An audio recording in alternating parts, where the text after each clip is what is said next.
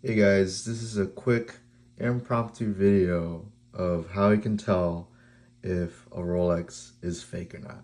So without opening the movement. So initially on the exterior, it looks pretty good. You can't really tell if it's fake or not.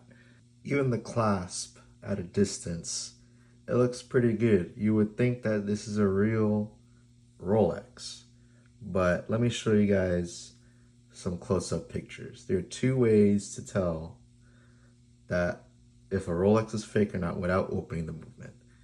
So the first way to tell is by looking at the rehal.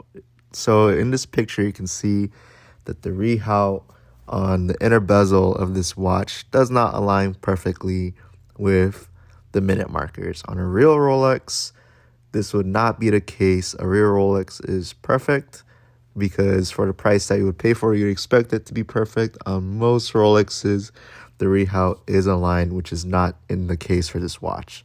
The second way to tell is to look at the Rolex clasp closely on a bracelet. So I'm not sure if you guys can see this, but I actually used a magnifier, and as you can see, there's a slight gap or black spot between the Rolex bracelet and the Rolex logo. So on a real Rolex, the Rolex actually does the same thing. The Rolex crown logo is actually welded onto the bracelet. It is not stamped or machined out. It is actually welded onto the bracelet like a real Rolex. But in this case, you can see some faint weld marks from this picture. On a real Rolex, you would never see this.